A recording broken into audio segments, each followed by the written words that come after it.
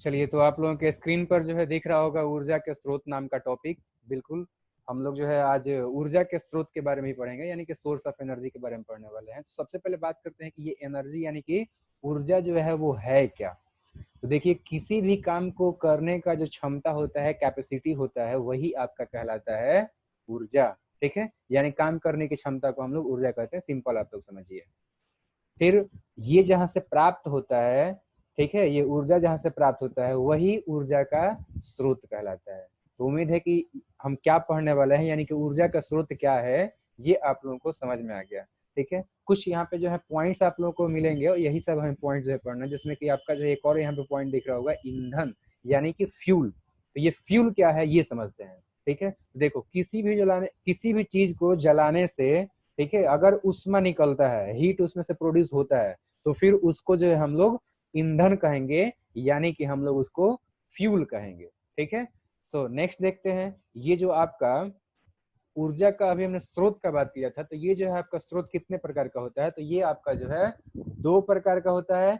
एक है आपका परंपरागत स्रोत। तो जानते हैं कि परंपरागत स्रोत क्या होता है ऊर्जा का। ठीक है, तो देखो, परंपरागत नाम से ही पता लग रहा है कि जो परंपरा से चलते आ रहा है। परंपरा कहने का मतलब हो गया कि बहुत समय से पहले जो है आपका चलना है, मतलब यूज करना स्टार्ट हुआ था और अभी तक उसका जो है यूज होता है और बहुत ज्यादा मात्रा में होता है, यानी कि सामान्य रूप से उपयोग होता है। तो वो आपका कहलाता है ऊर्जा का परंपरागत स्रोत या फिर कन्वेंशनल एनर्जी सोर्स। ठीक है, तो उम्मीद है कि आप लोगों को जो है ये पहला टाइप क्या है ये समझ में आ गया। अब दूसरा टाइप की बात करते हैं। तो दूसरा टाइप में आप लोग ध्यान दीजिए, दूसरे टाइप का जो नाम है वो है अपरंपरागत स्रोत। लेकिन उससे पहले कुछ आप लोग एग्जाम्पल समझ लीजिए कि परंपरागत स्रोत अगर पूछा जाए कि उसका कुछ एग्जाम्पल आप लोग बताइए, तो क्या बताएंगे। ठीक है, या फिर एमसीक्यू में क्वेश्चन भी पूछा जा सकता है। तो देखिए, कोयला का हम लोग उपयोग बहुत दिनों से करते आ रहे हैं, पेट्रोलियम का हम लोग बहुत दिनों से उपयोग करते आ रहे हैं, प्राकृतिक गैस है, लकड़ी है, ठीक है, या फिर जो एनिमल्स होते हैं उनका एक्सक्रेटा हो गया, ठीक है, या फिर वाटर का हो गया। ठीक है, तो इन सभी में जो भी एनर्जी है ना, वो सारे एनर्जी हम लोग बहुत पहले से ही यूज करते आ रहे हैं और आज भी सामान्य रूप से जो हर घर में, लगभग मैक्सिमम लोगों के घर में जो है ये यूज होता है। तो इस तरीके से ये सब एग्जाम्पल हो जाएंगे आपके परंपरागत ऊर्जा के स्रोत का। ठीक है, अब बात करते हैं ऊर्जा का अपरंपरागत स्रोत क्या होता है। तो अपरंपरागत स्रोत वो होगा जो कि अभी हाल ही फिलहाल में बना है, यानी कि नया है। ठीक है, वो परंपराओं से जो है चलते नहीं आ रहा है, उसको इस तरीके से आप समझ लीजिए। ठीक है, यानी कि जो अभी अभी टेक्नोलॉजी डेवलप हुआ है, ठीक है, जिनसे कि हमें एनर्जी मिलता है, वो आपका हो गया एनर्जी का अपरंपरागत स्रोत। तो दो चीजें याद रखना है, जो कि कम यूज होता है और नया है। ठीक है, तो ये तरीका है आपका ऊर्जा का अपरंपरागत स्रोत समझने के लिए, सिंपल सा तरीका है। ठीक है, तो ये हो गया आपका non conventional source of energy. ठीक है, उम्मीद करता हूँ कि आपको ये समझ में आ गया। फिर देखो, इसके अलावा भी जो हम लोग इस एनर्जी के सोर्स को जो हम लोग अलग अलग ग्रुपों में बांट सकते हैं, जैसे कि आपका एक हो जाएगा नवीकरणीय और दूसरा हो जाएगा आपका जो है अनवीकरणीय। तो बात कर लेते हैं कि नवीकरणीय क्या होता है। तो देखो, किसी भी कोई भी एक एनर्जी का ऐसा सोर्स जिससे कि अगर हम एनर्जी का यूज कर लेते हैं, ठीक है, तो फिर से पुनः चक्रण हो जाता है, फिर से जो है आपका अवेलेबल हो जाता है, तो वो आपका कहलाता है ऊर्जा का नवीकरणीय स्रोत। ठीक है, तो जैसे कि एग्जाम्पल में बात कर लो, हम लोग अगर जल का यूज करते हैं तो फिर से तो जल मिल जाता है। ठीक है, या फिर वायु का यूज कर लेते हैं हम लोग सांस के रूप में, तो फिर से वायु मिल जाता है। ठीक है, या फिर जो बायोमास एनर्जी है, ठीक है, यानी कि पौधों के जरिए जो भी हमें एनर्जी मिला हुआ है एग्जाम्पल में, तो वो जो है एक बार हम यूज करें तो फिर से वो रिप्लेनिश हो जाता है। ठीक है, सोलर एनर्जी है, ऐसे ही आपका जो है ज्वारीय ऊर्जा है, तरंग ऊर्जा है, भूतापीय ऊर्जा है। ठीक है, ये सब ऐसे ऊर्जा है जिनका कि हम लोग उपयोग भी कर लेते हैं तो फिर से ये आपका जो है अवेलेबल हो जाते हैं। ठीक है, तो ये आपका हो गया जो फिर से अवेलेबल हो जा रहा है यूज करने के बाद, वो आपका हो गया नवीकरणीय ऊर्जा, नवीकरणीय स्रोत। ठीक है, ऊर्जा का नवीकरणीय स्रोत। दूसरा एक होता है, इसके अलावा कुछ और भी एग्जाम्पल है। देखो यहाँ पे लकड़ी का दिया, लकड़ी भी हम लोग एक बार उपयोग कर लेते हैं। जैसे मान लो कि हमने आम के लकड़ी का जो इस्तेमाल किया खाना बनाने के लिए या फिर पूजा पाठ में, ठीक है, उसका जो है फिर खत्म तो हो गया, वो बिल्कुल खत्म हो गया, लेकिन दूसरे जो है पेड़ों से हमें फिर से तो लकड़ी मिल जाता है ना। वैसे ही चारकोल हो गया जो कि लकड़ी से ही आपको प्राप्त होता है, तो एक बार हम यूज कर लेते हैं तो फिर से ये हम बना सकते हैं अभी हाल फिलहाल में। ठीक है, या फिर जो एग्रीकल्चर से हमें जो है एनर्जी मिलता है, यानी कि आपके जो है फ्यूल्स मिलते हैं, तो वो आपके जो है रिसाइक्लेबल होते हैं। ये कहने का मतलब ये हुआ कि वो जो है आपके नवीकरणीय है, ठीक है, फिर से हम लोग प्राप्त कर सकते हैं, ठीक है। एक चीज ध्यान रखना, बहुत मोस्ट इंपॉर्टेंट ये फैक्ट आप लोगों को बता रहा हूँ कि इस पृथ्वी के ऊपर जो है एनर्जी किसी भी फॉर्म में हो, सबसे जो आपका अल्टीमेट सोर्स है ना वो आपका सन है, जितना भी एनर्जी है। और मैंने इसका पहला जो चैप्टर था उसमें आप लोगों को समझाया भी था कि किस तरीके से जो है सूर्य से पौधा प्राप्त करता है और पौधों से होते हुए जो है सभी एनिमल्स तक आपका जो है एनर्जी डिस्ट्रीब्यूट होता है। तो आप लोग ध्यान रखेंगे कि ultimate source of energy is sun, ठीक है, द सन। सो दूसरा टाइप का बात करते हैं अनवीकरणीय स्रोत। तो अनवीकरणीय स्रोत क्या होता है, देखो ये जो अनवीकरणीय स्रोत है ना ये आपका काफी कॉम्प्लेक्स और काफी लंबे समय जो है आपका क्रमिक प्रक्रिया के तहत बना हुआ है। अभी मैं आप लोगों को फैक्ट्स भी बताऊंगा, ठीक है। तो इसको बनाने में अनवीकरणीय स्रोत जो है वो आपकी ऊर्जा के वो सारे स्रोत हैं जिनको की बनाने में काफी वक्त लगा है और क्रमिक रूप से जो है आपका वो धीरे धीरे करके बना हुआ है, बहुत धीरे धीरे तरीके से जो है आपका वो बना हुआ है, ठीक है। सो इसका क्या है ना कि ये एक बार अगर उपयोग कर लिया जाता है अनवीकरणीय संसाधन, अनवीकरणीय ऊर्जा का स्रोत, तो फिर ये जो है आपका अब खत्म हो जाता है, ठीक है। अब जो है फ्यूचर में, मतलब फ्यूचर जो नियर फ्यूचर है ना उसमें अब ये फिर से अवेलेबल होना बेहद मुश्किल है, ना के बराबर, नामुमकिन है, सिंपल समझो, ठीक है। जैसे एग्जाम्पल का बात करता हूँ, कोयला है, किरोसिन है, पेट्रोल है, ठीक है, या फिर जो है अपने घरों में यूज करता है एलपीजी, ठीक है, या फिर प्राकृतिक नेचुरल गैस है, ठीक है। ये सब जो है आपके अनवीकरणीय स्रोत है, ठीक है। एक बार हम यूज कर देते हैं तो ये जो आपका जो नियर फ्यूचर है इसमें हमें प्राप्त ये नहीं हो सकता है। एक और टर्म आ रहा है, इसको मैं समझा दूं फिर मैं जो है आप लोगों को कुछ और भी चीजें बताता हूँ एग्जाम्पल के तौर पे, वो फैक्ट बताता हूँ। बट पहले जान लेते हैं वाणिज्यिक ऊर्जा क्या होता है। देखो वाणिज्यिक ऊर्जा, वैसे वाणिज्य का मतलब जो आपका व्यापार होता है, ठीक है। तो वाणिज्यिक ऊर्जा जो है आपका वो ऊर्जा हो गया, ठीक है, जिसको कि हम एक जगह से दूसरे जगह पर ट्रांसफर कर सकते हैं, यानी कि सौदा कर सकते हैं, ठीक है, बेच सकते हैं। जैसे देखो बिजली क्या होता है, बिजली को जो हम लोग एक जगह से दूसरी जगह तक क्या करते हैं, सप्लाई कर देते हैं, और फिर जो है सप्लाई जब हमारे घरों में आता है तो हमें चार्ज भी देना पड़ता है ना। तो इस तरीके से एक तरह से समझ सकते हो कि व्यापार हो रहा है, ठीक है। तो ये चीज हो गया। ऐसे ही जीवाश्म ईंधन हो गया, जैसे कोयला हो गया, कोयला हम लोग क्या करते हैं, कई बार देखते हो ना खरीद के लेके आते हैं, शादी विवाह वगैरह में जो है देखते हो आप लोग, ठीक है, या फिर दूसरे भी परियोजन में देखते हो कि कोयला खरीद करके आता है, ठीक है, या फिर पेट्रोल हम लोग खरीदते हैं, डीजल खरीदते हैं, ये सब क्या है, ये सब जीवाश्म ईंधन है, ठीक है। चलो, तो एक दूसरा टाइप क्या हो जाएगा, अवाणिज्यिक ऊर्जा, यानी कि ऐसा ऊर्जा जिसका व्यापार नहीं होता है, जो एक देश से दूसरे देशों में आपका जो है नहीं भेजा जाता है, एक जगह से दूसरी जगह तक नहीं भेजा जाता है, तो वो हो गया। जैसे कि एनिमल एक्सक्रेटा हो गया, ठीक है, या फिर जो है कार्बनिक जो भी अपशिष्ट पदार्थ होते हैं ना, तो वो सब हो जाएंगे जिनको कि एक देश से दूसरे देश में एक्सपोर्ट इंपोर्ट नहीं किया जाता है। तो उम्मीद है कि ये टाइप्स आपके जो है समझ में आ गए हैं। अब बात करते हैं जैव भार ऊर्जा के बारे में, ठीक है। तो जैव भार ऊर्जा क्या होता है, देखो तो जैव भार ऊर्जा जो है ना वो आपका, एक मिनट सर, चलो एनीवे, तो जैव भार ऊर्जा क्या होता है इसको समझ लो। तो जैव भार ऊर्जा जो है ना वो आपका जो पौधे हैं या एनिमल्स हैं उनके जो है बॉडी से, ठीक है, जो ऑर्गेनिक मटेरियल प्राप्त होते हैं और उनसे जो एनर्जी मिल रहा है ना वो आपका कहलाता है जैव भार ऊर्जा। एक्चुअली कैसे होता है एक बार मैं समझाता हूँ। देखो होता यह है कि जो सूर्य है ना, सूर्य से जो एनर्जी हमें अर्थ पे आता है, उस एनर्जी का जो है पौधे इस्तेमाल करते हैं, फोटोसिंथेसिस नाम का एक प्रक्रिया होता है उसमें, और उसमें क्या करते हैं कि सोलर एनर्जी को कन्वर्ट करते हैं आपका जो है केमिकल एनर्जी में, ठीक है। वो जो है आपका स्टोर होता है ग्लूकोज में, वो जो है ग्लूकोज जब हम लोग खाते हैं, मतलब कि पत्तियों को खाते हैं, स्टेम को खाते हैं, तो हमारे अंदर में गया, ठीक है, इस तरीके से जो है आपका हमारे बॉडी में आ गया। तो यही जब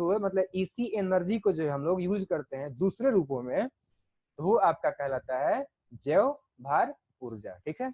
चलो, सो दूसरा एक टॉपिक है अजैव भार ऊर्जा क्या है। तो अजैव भार ऊर्जा क्या होगी, ये जो आपका डायरेक्ट ऊर्जा हो गया, प्रत्यक्ष ऊर्जा है, इसमें जो है पौधों का, जीवों का कोई रोल नहीं है। जैव भार में तो सिंपल ध्यान रखिएगा कि सिंपल एक बात बताता हूँ जैव भार के लिए, कि कोई भी लिविंग थिंग्स यानी ऑर्गेनिक मटेरियल है, और ऑर्गेनिक मटेरियल में जो एनर्जी है वो आपका है जैव भार ऊर्जा, ठीक है। वही जब बात करेंगे हम लोग ऑर्गेनिक मटेरियल अगर नहीं है, इन ऑर्गेनिक सब्सटेंसेस है, तो उसमें जो एनर्जी है वो आपका है अजैव भार ऊर्जा, ठीक है। तो मैं उम्मीद करता हूं कि आप लोगों को ये समझ में आ रहा है। इसके बाद हम लोग बात करते हैं कि दहन क्या होता है। तो देखिए दहन जो होता है वो आपका एक ऐसा प्रक्रिया होता है, या फिर किसी भी ईंधन का जो है ऑक्सीडेशन होता है, ठीक है। ऑक्सीडेशन करने का मतलब किसी भी ईंधन के साथ में आपका ऑक्सीजन रिएक्शन करता है, और उस रिएक्शन से दो चीजें मिलती हैं, अगर दोनों चीज मिलेंगी तभी जाकर के जो है वो आपका कहलाएगा दहन। वो क्या है, तो दो ठो जो है आपका एनर्जी का फॉर्म है, एक है आपका हीट यानी कि ऊर्जा उष्मा सॉरी, और दूसरा है आपका प्रकाश यानी कि लाइट। तो जिस रिएक्शन में जो है ये दोनों ऊर्जा के रूप निकल रहे होंगे और ईंधन के साथ में जो आपका ऑक्सीडेशन यानी कि ऑक्सीजन का रिएक्शन हो रहा होगा, तो आप समझ जाइए कि वो क्या है, वो जो है आपका दहन है। ठीक है, एक नया फैक्ट दे रहा है कि मैग्नीशियम का जो है दहन वो अब तक क्लोरीन की उपस्थिति में होता है, ना कि ऑक्सीजन की उपस्थिति में। तो इस बुक में तो ऐसा दिया हुआ है, लेकिन जहां तक मैं जानता हूं कि मैग्नीशियम का जो है आपका ऑक्सीडेशन ऑक्सीजन की उपस्थिति में होता है, और क्लास 10th के चैप्टर नंबर 1 में ये फैक्ट दिया हुआ है एनसीईआरटी में। ठीक है, मैं साफ साफ बता रहा हूँ। ठीक है, तो आप लोग भी एक बार देख लेंगे। मेरे जानकारी के अनुसार तो यही आप लोग याद रखिए कि मैग्नीशियम का जो दहन है वो आपका ऑक्सीजन में होता है। मैंने साफ बता दिया है कि 10th चैप्टर का फर्स्ट में आपका जो 10th क्लास के फर्स्ट चैप्टर में आपका दिया हुआ है। चलो नेक्स्ट बात करते हैं कि दहन जो है ना वो आपका जो है एक ऑक्सीडेशन रिएक्शन है, यानी कि ऑक्सीकरण प्रक्रिया है, अभिक्रिया है, ये ध्यान रखेंगे। इग्निशन टेम्परेचर एक नया टर्म आ रहा है, ये क्या होता है ध्यान दो। किसी भी चीज को जलाते हो ना, तो वो सबसे कम टेम्परेचर जिस पर कोई भी चीज जलना स्टार्ट होता है ना, उसी को हम लोग बोलते हैं इग्निशन टेम्परेचर। जैसे मान लो कागज को हम लोग गर्म करते हैं, जब आपका जो है चूल्हा नहीं जल पाता है तो क्या करते हैं हम लोग, कागज डाल देते हैं। ठीक है, तो वो जो है आपका मतलब गर्म होता है, गर्म होता है, और फिर क्या होता है, वो एक टेम्परेचर पे से जलना स्टार्ट करता है। जिस टेम्परेचर पर जलना स्टार्ट हुआ था वही टेम्परेचर आपका कहलाता है इग्निशन टेम्परेचर। ध्यान दीजिए, जिसका इग्निशन टेम्परेचर जितना ही कम रहेगा वो उतना ही तेजी से जलेगा।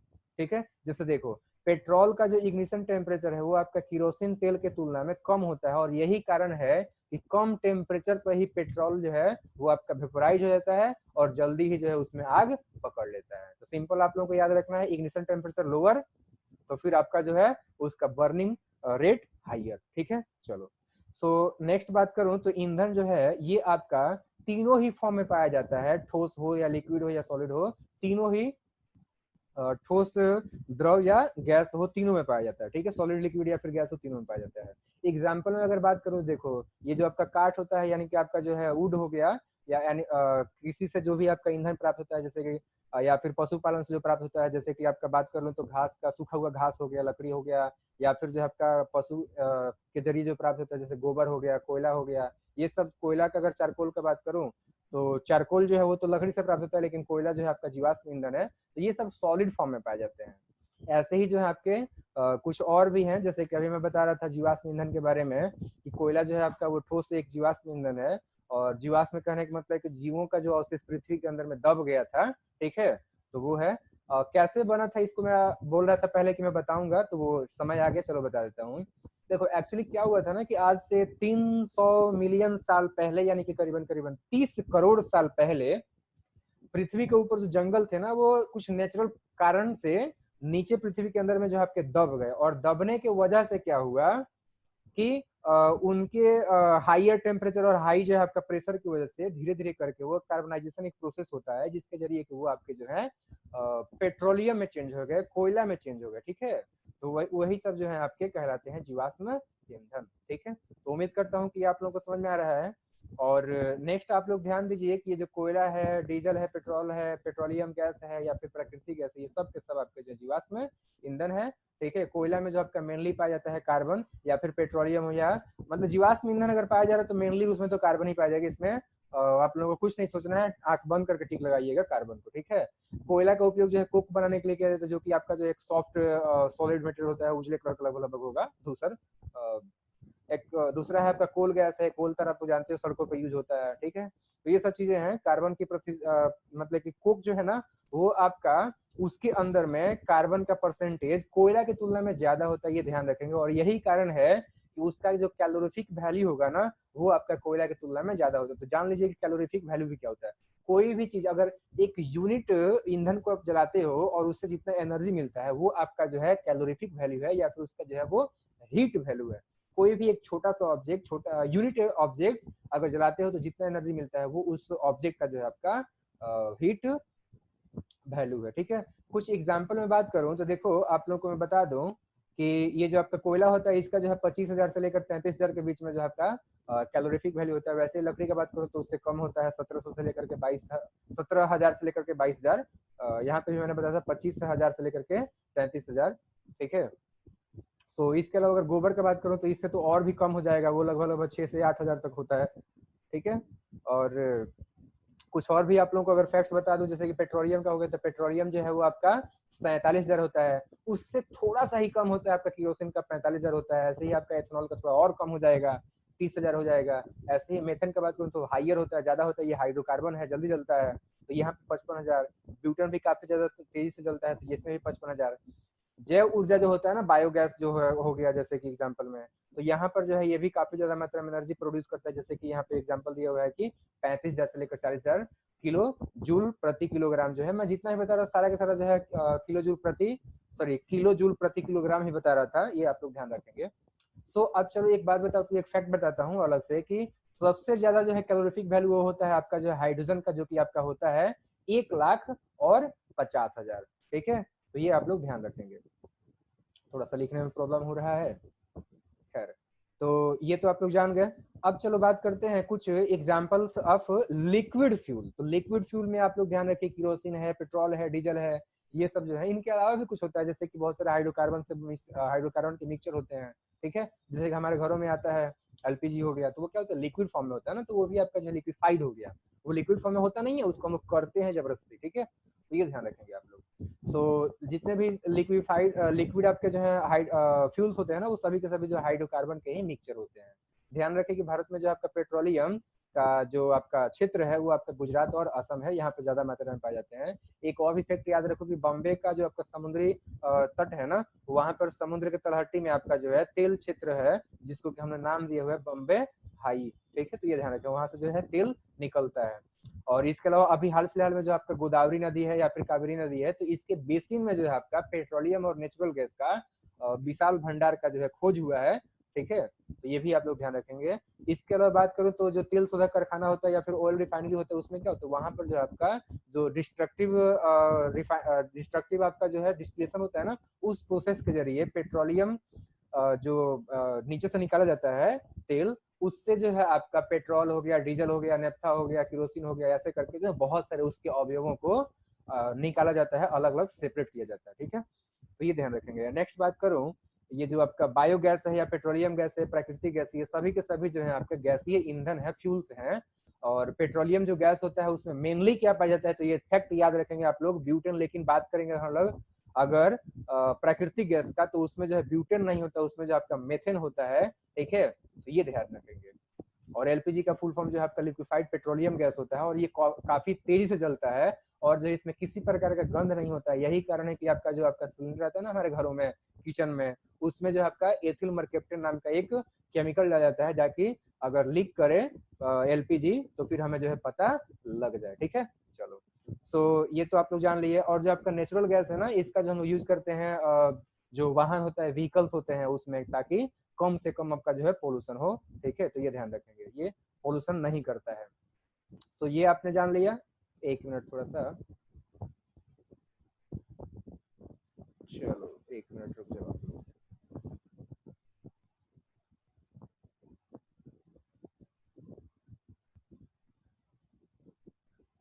थोड़ा सा कुछ दिक्कत हो रहा है, 1 मिनट आप लोग रुको।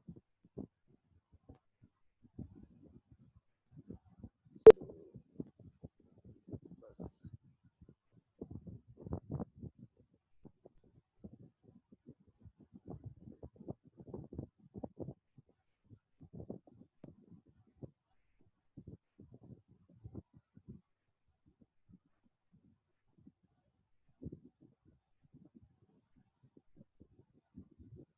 चलो, तो सीएनजी आपने जो है पढ़ लिया है। एक फैक्ट आप लोगों को बहुत ही मजेदार बताता हूँ कि अपने पृथ्वी पर जो है जितने भी मतलब कि लोग हैं ना, वो जितना एनर्जी पूरे 1 साल में यूज करते हैं, सभी लोग मिल करके, पूरा दुनिया के लोग मिल करके 1 साल में जितना एनर्जी यूज करते हैं, उतना मात्र 1 घंटे के अंदर में आपका जो सूर्य यानी कि सन प्रोड्यूस करता है। ठीक है, तो ये आप लोगों को जो डेटा फैक्ट ध्यान रखना है। ठीक है, फिर से एक बार जो है आप लोगों को दिक्कत होगा, 1 मिनट आप लोग वेट कर लो थोड़ा सा, बस ज्यादा समय नहीं लगेगा। चलो, तो ये तो आपने जान लिया।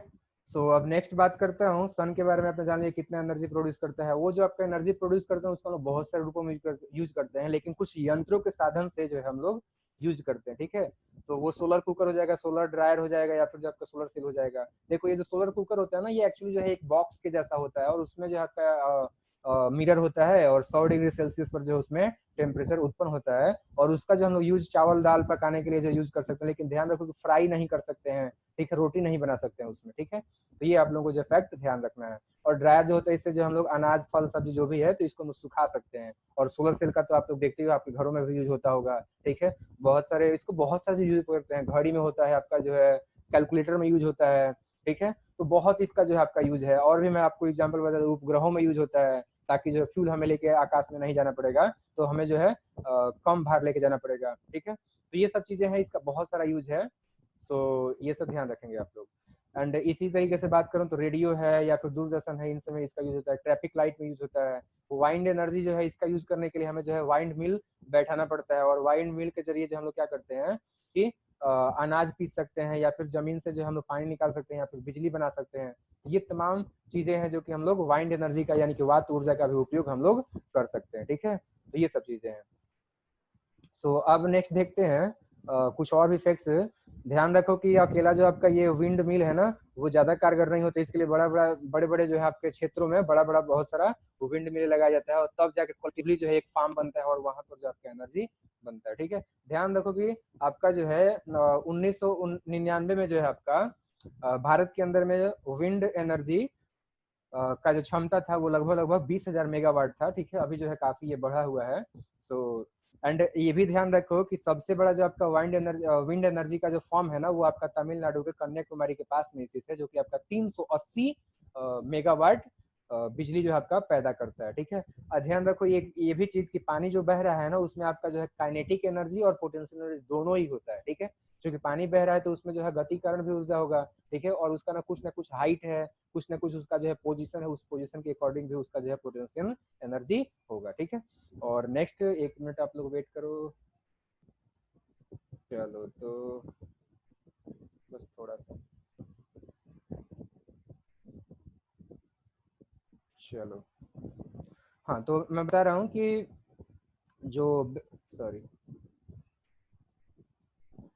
हाँ चलो, मैं बता रहा था कि बहता हुआ जो आपका जल होता है ना, अ, उसके ऊर्जा से जो हम लोग जल विद्युत ऊर्जा बना सकते हैं, यानी कि जो आपका हाइड्रो इलेक्ट्रिक पावर प्लांट बैठा करके, और वहां पर जो हम लोग इलेक्ट्रिसिटी को प्रोड्यूस कर सकते हैं। ये चीजें आप लोग ध्यान रखेंगे। एक्चुअली उसमें क्या किया, उसमें जो आपका टरबाइन चला जाता है, गिरते हुआ पानी रहता है, नीचे जो आपका पंखी टरबाइन लगा देता है, वही जो आपका चलता है, और चलने की वजह से जो आपका मोटर घूमता है, और इस तरीके से आपका जो है बिजली बनता है। और बायोगैस के जरिए जो हम लोग बायोगैस के जरिए जो हम लोग इलेक्ट्रिसिटी पैदा कर सकते हैं। बहुत सारा अलग भी काम में जो आपका बायोगैस का यूज होता है। और बायोगैस कैसे बनता है, तो एनिमल जो आपका एक्सक्रेटा होता है, उसके साथ में आपके सड़े गले पौधों के पार्ट्स होते हैं ना, उनको हम लोग पानी में घोल करके, और फिर जो उससे जो बिजली वगैरह हम लोग तैयार करते हैं, उससे जो आपका बल्ब वगैरह जलता है, ये सब चीजें, ठीक है। बायोगैस में ध्यान रखिए कौन कौन सी गैस है, तो सबसे ज्यादा मात्रा में आपका मेथेन होता है 50 से 70%। इसके अलावा आपका कार्बन डाइऑक्साइड होता है 30 से 40%। इसके अलावा भी कुछ और भी कम मात्रा में होते हैं, लेकिन होते हैं, जैसे कि नाइट्रोजन हो गया, जैसे कि हाइड्रोजन हो गया, हाइड्रोजन सल्फाइड हो गया। तो ये जो है आपके कंपोजिशन है आपका, हो गया बायोगैस का, ठीक है। उम्मीद है कि ये समझ में आ रहा है। इसके बाद में बात करूं तो बायोगैस का जो है बनाने के लिए हमें प्लांट बैठाना पड़ता है, बनाना पड़ता है। वो कैसे बनता है तो थोड़ा सा मैं बता देता हूँ। इसके लिए क्या होता है कि एक जो है आपका 2 टंकी बनता है, एक यहाँ पे टंकी बन गया, और एक जो है यहाँ पे एक टंकी बन गया, ठीक है। तो ये 2 टंकी हो गया, ये दोनों जो है आपका कनेक्टेड होता है। और इसमें जो हम लोग एनिमल एक्सक्रीटा वगैरह घोलते हैं, इसमें घोलते हैं, और इसमें से जो आपका गैस बनता है, इसी गैस का जो हम लोग इस टैंक के माध्यम से जो है अपने घरों में यूज करते हैं। तो उम्मीद है कि प्लांट कैसे बनता है ये समझ में आ गया। एक नया टॉपिक आ रहा है जिसका नाम है विखंडन। क्या होता है ये जान लेते हैं। इसके अलावा संलयन क्या होता है ये भी जान लेंगे, ठीक है। और ऊष्माक्षेपी अभिक्रिया क्या होता है, ये तीनों ही मैं समझा देता हूँ। देखो, विखंडन का मतलब हो गया टूटना।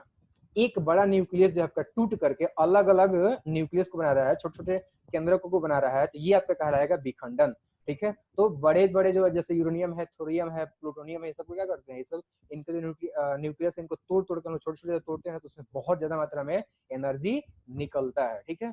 तो ये जिस अभिक्रिया में जो आपका निकलता है ना एनर्जी, उसको हम लोग बोलते हैं ऊष्माक्षेपी अभिक्रिया या फिर एक्सोथर्मिक रिएक्शन, ठीक है। और संलयन क्या होता है ना कि जो छोटे छोटे न्यूक्लियस होते हैं ना वो आपस में जुड़ करके उससे जो है आपके हैवी न्यूक्लियस को बनाते हैं, एटम को बनाते हैं, तो ये आपका हो गया संलयन। ये जो है आपका काफी हाई टेम्परेचर और हाई जो आपका प्रेशर पर होता है। तो ध्यान रखो कि सूर्य से जो हमें एनर्जी मिलता है ना, वो एनर्जी जो है आपका फ्यूजन से ही मिलता है, यानी कि जो आपका संलयन से ही प्राप्त होता है। उसमें क्या होता है कि हाइड्रोजन के आपके जो न्यूक्लियस होते हैं ना वो आपस में जुड़ करके और फिर जो है आपका हीलियम का न्यूक्लियस बनाते हैं, ठीक है। तो उम्मीद है कि आप लोगों को ये समझ में आ गया। सो मैं बात करूं कि भारत के अंदर में जो है आपके वो कौन कौन से जगह हैं जहां पर कि आपका जो है ये परमाणु शक्ति केंद्र है, न्यूक्लियर जो है आपका एनर्जी है, ठीक है। और न्यूक्लियर एनर्जी क्या होता है, ध्यान दो कि न्यूक्लियर जो आपका विखंडन, नाभिकीय जो विखंडन है या संलयन है, इससे जो भी एनर्जी निकल रहा है ना उसको हम लोग बोलते हैं न्यूक्लियर एनर्जी, या फिर उसको बोलते हैं हम लोग परमाणु ऊर्जा। तो परमाणु ऊर्जा को बनाने के लिए जो हमारे देश के अंदर बहुत सारे केंद्र, बहुत सारे नहीं, बहुत ही लिमिटेड केंद्र हैं, जिसमें से कि कुछ इंपॉर्टेंट नाम यहाँ पे दिए हुए आप लोग याद रखिए। जैसे कि तारापुर हो गया, कलपक्कम हो गया जो कि तमिलनाडु में है, कोटा राजस्थान में है, नरोरा जो है आपका उत्तर प्रदेश में है, ठीक है। तो ये सब जो है आपके कुछ इंपॉर्टेंट हैं परमाणु शक्ति केंद्र, जहाँ से क्वेश्चन पूछा जाता है बहुत सारे कॉम्पिटेटिव एग्जामों में, ठीक है। और विखंडन से जो आपका एनर्जी निकलता है ना, इसका हम लोग बहुत सारे जगहों पर करते हैं, जैसे कि बिजली बनाने के लिए हो गया, जहाज चलाने के लिए हो गया, पनडुब्बियों को चलाने के लिए हो गया, ठीक है। सन का तो मैंने बता ही दिया कि आपका जो फ्यूजन होता है वहाँ पे हाइड्रोजन के जो आपके एटम जुड़ करके और हीलियम के जो है आपके एटम बनाते हैं। एक्चुअली हाइड्रोजन के जो न्यूक्लियस आपस में कंबाइन करते हैं, संलयन करते हैं काफी हाई टेम्परेचर एंड प्रेशर पर, ठीक है। ध्यान रखो कि जहां पर भी जितना विकास हो रहा है ना वहां पर उतना ही ज्यादा मात्रा में जो आपका एनर्जी का खपत का जरूरत बढ़ते ही जा रहा है, ठीक है। सो नेक्स्ट में बात करूं कि अब आग को कैसे कंट्रोल करें, तो आग जो होता है ना उसको कंट्रोल के लिए क्या करना पड़ेगा, या तो आपको जो है ईंधन को ही हटा दो, नहीं तो वहां से हवा को पहुंचना ही नहीं हो, यही दो तरीका हो सकता है, ठीक है। नहीं तो इग्निशन टेम्परेचर को जो है आपका बढ़ा दो।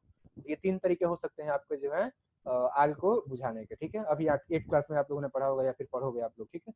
चलो, तो अब इसके जो है बहुत सारे तरीके हैं, जैसे हम लोग आग बुझाने के लिए जल का उपयोग करते हैं, फोम का उपयोग करते हैं, कार्बन डाइऑक्साइड हो गया, कंबल हो गया, इन सब का उपयोग करते हैं। लेकिन ध्यान देना है, कुछ हमें जो है प्रिकॉशंस रखना है कि किसके साथ में कब आग लगता है, किसके आग लगा हुआ है, तो हम लोग कौन सा उपयोग करेंगे और कौन सा नहीं करेंगे। चलो मैं बता देता हूँ कि ध्यान दो।